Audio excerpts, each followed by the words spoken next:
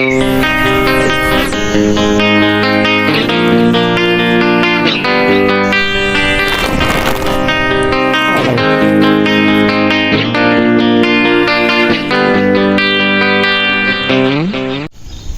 baik, kita jumpa lagi. Assalamualaikum warahmatullahi wabarakatuh. Ini sudah banyak pertanyaan yang muncul dari sahabat tani kita, dan ini sangat penting ya, dan ini pasti ya dinanti-nantikan ya. Apa itu?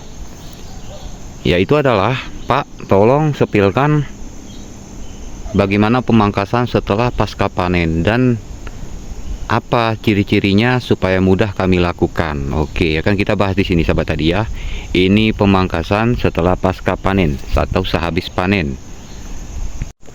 Oke, tanda-tanda pertama dan banyak tahap yang harus kita lakukan sahabat tani, tergantung dari tanaman kopi kita sahabat tani. Ada yang tanaman kopi kita baru siap berbuah banyak, meninggalkan ranting kering sangat banyak, 60% ya kita bilang ya. Ranting kering, cabang kering, dan yang kering-kering ya begitu ya, seperti itu kita bilang, dan tidak enak dipandang mata. Itu ciri pertama sahabat tani. Yang kedua sahabat tani, perlu juga sahabat tani tengok dari ketinggiannya juga ya, atau misalnya mungkin bagi sahabat tani kalau memang di bagian atas sudah mulai nampak mengering akibat sesuatu atau penyakit gitu ya, atau pernah patah, nah itu silakan di pruning juga ya, diambil juga sahabat tani ya. Jadi kita perhatikan dari pohonnya, karakter pohonnya, dan akan kelihatan dia nanti sahabat tani. Ada nanti tanaman kopinya sudah waktunya minta pangkas berat, kita pangkas berat. Ada juga kopinya nanti hanya membutuhkan pangkas standar, ya standar. Artinya apa? Kalau pangkas berat itu bisa kita katakan pangkas kerangka, tinggal kerangka doang gitu. Ya, ya seperti inilah kita ambil contoh. Nah, tinggal kerangka doang. Nah, ini namanya pangkas berat, tinggal kerangka. Ini dilakukan pada kopi yang benar-benar ya, cabangnya, rantingnya itu, keringnya itu udah mencapai 60% begitu. Itu sudah harus sahabat tani. Apalagi kalau memang 100% dalam perbatang, wah itu sudah wajib sahabat tani, pangkas berat. Nah, jadi kenapa model pangkas seperti ini? Karena kita mengikuti permintaan kopi, bukan kopi ngikuti kita ya. Ingat itu ya. Pembentukan kopi ini tergantung dari kopinya. Kayak mana diminta, udah kita ikutin gitu ya. Makanya beda-beda hasilnya. Oke, ada juga nanti setelah habis buah seperti ini. Setelah habis buah, ternyata ranting-ranting, cabang-cabang keringnya tidak banyak. Nah, berarti kopi tersebut meminta pangkas standar. Artinya membuang sedikit-sedikit ranting kering yang ada, begitu. Supaya memacu dan memicu tunas baru. Otomatis akan hasilkan buah baru. Ya, seperti itu ya. Nah, itu pangkas standar. Bagaimana Pak dengan pangkas ringan? Pangkas ringan itu seperti ini sahabat tani. Nih, biar gampang paham ya. Ini ringan. Arti ringan itu apa? Membuang tunas-tunas air aja gitu, tugas kita. Dan juga meninggalkan beberapa bahan untuk calon produksi. Nah, seperti ini. Beda ya. Nah, ini namanya pemangkasan ringan. Tuh, seperti ini. Kalau standar itu yang tadi yang sana ya. Kira-kira mudah ya dipahami ya sahabat tani ya. Jadi tergantung dari tanaman kopinya. Ada tuh di tempat sahabat tani pasti tuh ya, pasti ada itu. Setelah nanti buahnya habis, ada yang minta pangkas berat, dipangkas beratkan. Ada nanti hanya pangkas standar gitu ya, membuang sedikit-sedikit ranting kering yang ada di bawah, oke dibuang gitu ya. Kalau pangkas ringan ini lebih gampang, paling tinggal buang tunas air, tunas cacing, tunas balik, selesai gitu ya. Nah, mari kita buktikan di kebun saya sendiri sahabat tani ya. Tuh pangkas berat, tinggal kerangka. Ini juga ya.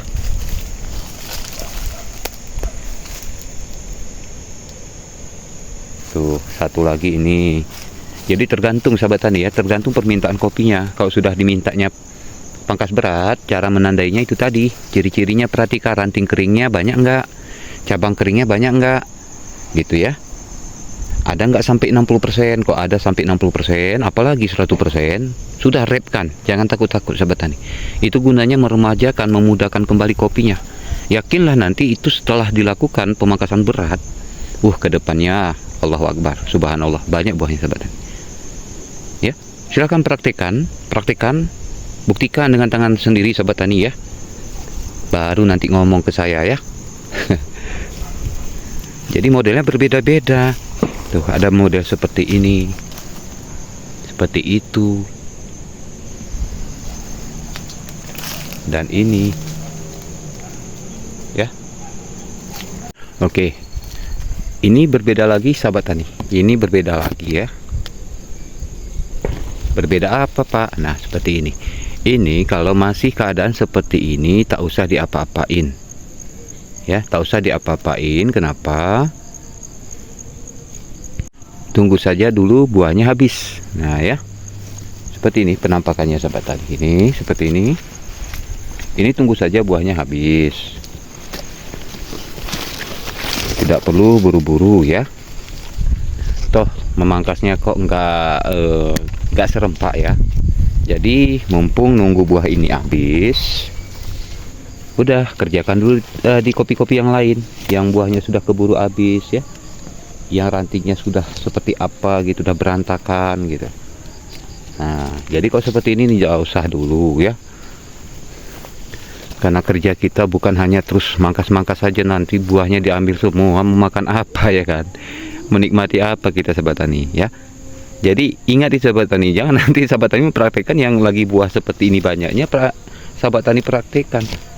Apalagi di kita ini harga alhamdulillah udah naik 21.000 di kami ini di Batin Baru ya, atau di sepanjang jalan ke KA. Oke. Nah tadi ini ya. Oke, kita masuk kemari. Tuh. Ini sahabat tani saya sudah selesai lakukan pemangkasan macam model ya gitu ya. Ada pangkas beras, standar, ringan, itu udah saya lakukan seperti itu. Makanya terlihat seperti ini tuh. Ya. Nampak tunas-tunas mudanya sudah bertumbuhan. Ini belum saya apa-apakan juga. Kenapa? Karena masih berbunga. Ya, jadi Pak, kapan kita stop nih Pak pemangkasannya, ceritanya nih Pak?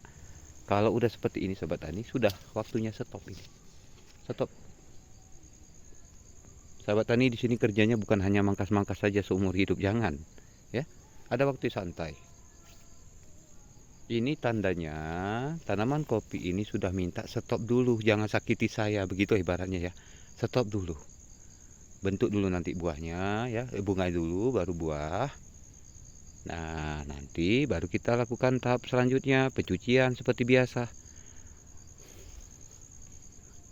Paham ya sahabat tani ya?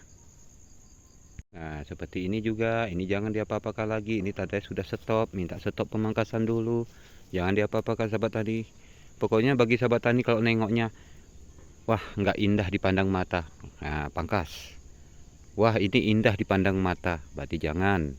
Gampang ya. Perbatasannya nanti di bulan 4 pertengahan sahabat tani, itu batas pemangkasan. Lewat dari pertengahan bulan 4 tuh jangan dilakukan dulu sahabat tani, karena itu bukan jadwalnya. Kenapa? Nanti bisa berakibat, yaitu tadi mengakibatkan pemunculan bunga yang bukan pada waktunya. Akhirnya bunganya pecah, dompolannya sedikit sahabat tani. Ya, itu bahayanya kalau kita melawan jadwal, tidak mengikuti jadwal. Jadi ada kemarin sahabat tani kita bertanya, Pak kok bulan ini saya mau melakukan pemangkasan, cocok nggak Pak? Cocok ya, karena saya sudah melakukannya. Seharusnya dari bulan 2 kemarin, sebelum berbunga seharusnya itu lebih baik sahabat tani. Jadi begitu pas keluar bunga seperti ini kayak sekarang ini, kita tinggal santai, tak perlu kita apa-apakan, tak perlu kita ganggu. Tapi kalau terlambat, nah itu resikonya. Di saat kopi berbunga terpaksa kena lah kalau kita pangkas. Nggak mungkin nggak kena, bakal kena. Seahli apapun Anda, walaupun Anda bawa kaca pembesar, mikroskop sekalipun, tetap kena. Ya, pasti bakal terjadi yang namanya ketidaksengajaan dalam pemangkasan. Itu lumrah dan wajar. Makanya ikuti jadwal ya sahabat tani ya. Oke, kita kasih contoh lagi. Ini pokoknya semua udah saya lakukan, makanya tidak saya praktekkan dulu ya. Nah seperti ini dah stop dulu sahabat tani. Ini kenapa seperti ini ya? Karena buahnya baru siap selesai habis, besar-besaran ya. Tapi ini temennya belum habis. Nah, ini temannya nih, kita pergi ke tempat temannya ya. Oke. Nih, temannya belum habis. Nah, kalau seperti ini adanya jangan diapa-apakan sahabat tani, sayang buahnya ya. Toh lagian pun tidak rindang, jadi jangan diapa-apakan. Tunggu aja buahnya habis. Ya, ini perubahan iklim yang terjadi ya seperti ini. Ini buah masih banyak, di sana sudah keburu habis, ya kan? Keburu habis yang situ, tuh sana. Nah, ini lagi belakang kita ini. Oke. Wah, ini juga tuh. Nampak enggak ya? Tuh. Ya. Nih.